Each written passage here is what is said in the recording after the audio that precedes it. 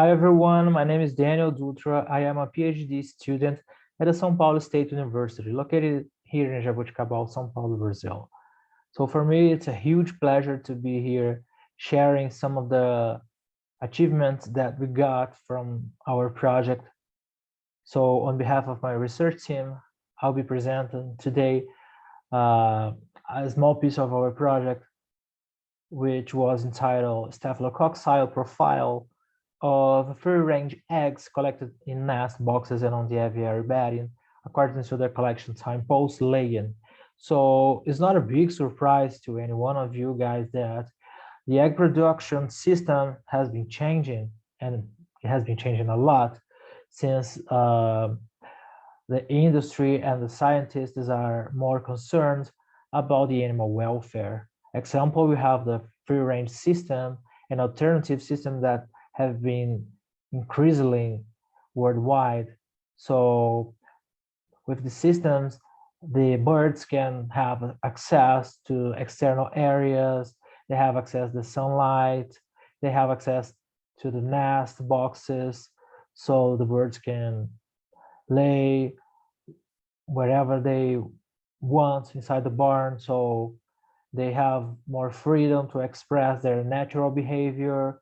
But we have to keep in mind that on the other hand, we have another aspects to be considered as food safety. And when I'm talking about food safety, I'm talking about the microbiological profile of the eggs, which are the final product. So we know we have a lot of bacteria all worldwide, harming a lot of human beings, causing a lot of foodborne disease. As an example, we have one of the most important group of bacteria, the Staphylococcus, the one we are going to have a focus on this project. So we know that not only the positive coagulase Staphylococcus can produce some toxins, but also the negative coagulase Staphylococcus can also produce it. So our main objective is to verify the presence of those microorganisms in eggs collected from the boxes and nest boxes, and from the bedding according to the collection time post-laying in a free-range system. And the alternative system, the free-range system, was chosen by the location close to our university. It was a commercial barn located around 30 miles from our university. So here we have an inside picture of the barn where you can see the nest boxes and the eggs all over the place. So this barn, they had around 4,500 lay hens, 82 weeks old, from high sexy brown lines. Here on the first picture, you can see a gate where the birds can go through and they can have access to the outside area, to the sunlight, and it's a really important thing to their animal welfare.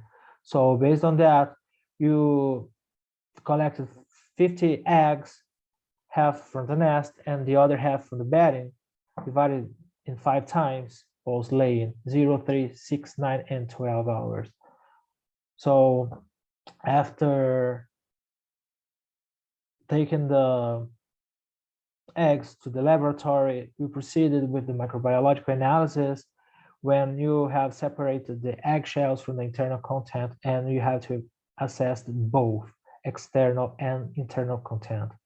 So for the internal content, we pulled together 5 eggs and made it a pool. So we also collected samples from the nest and from the bedding in order to compare those results with the eggs, the microorganisms collected from the eggs. So we proceed with quantitative evaluation by Barker-Agar counting method. And after that, we chose typical colonies and we separated for realization of the catalase and coagulase tests in order to find those Staphylococcus, which are the focus of our study here.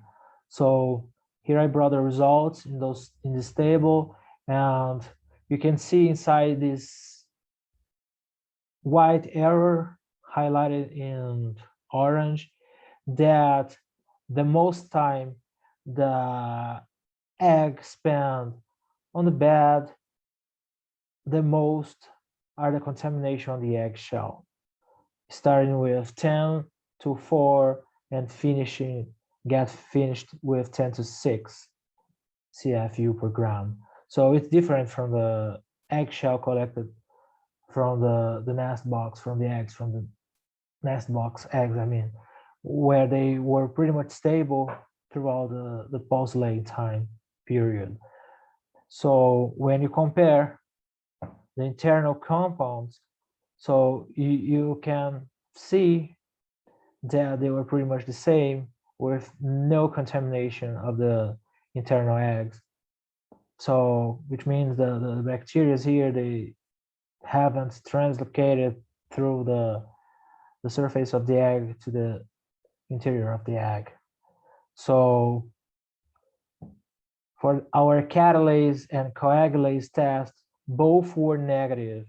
And that shows us that we don't have Staphylococcus on this property. At least you haven't found them.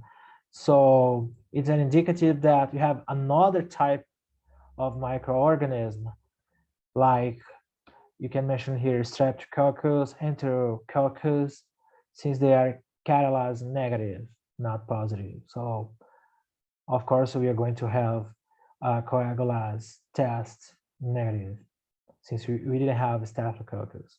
So what's a good thing, because we don't have Staphylococcus on this property.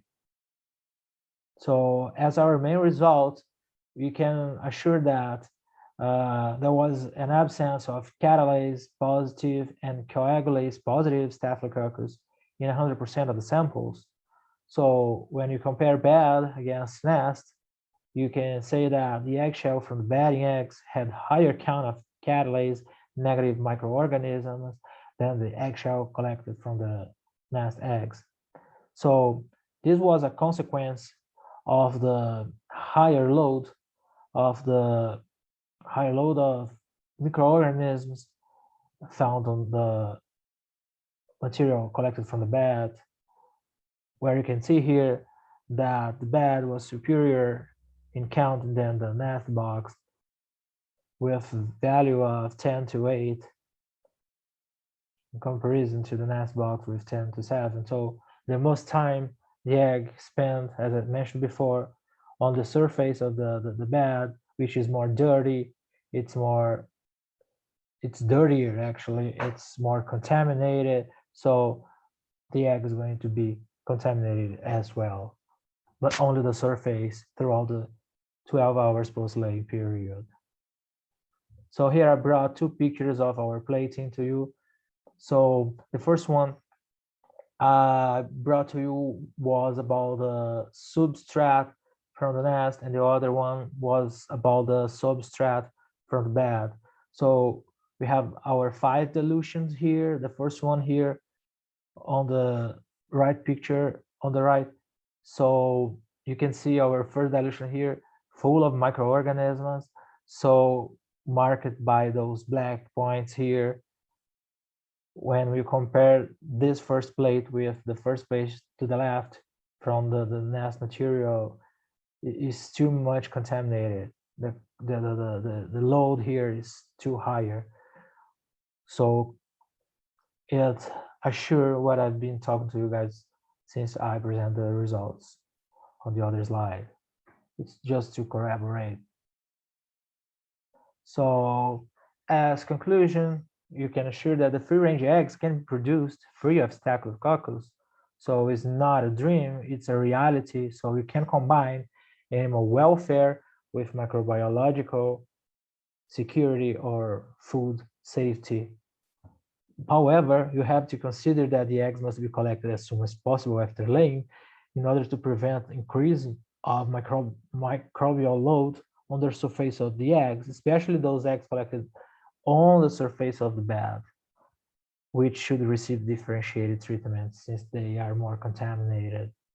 So that's what I have for today. Thank you so much for your attention.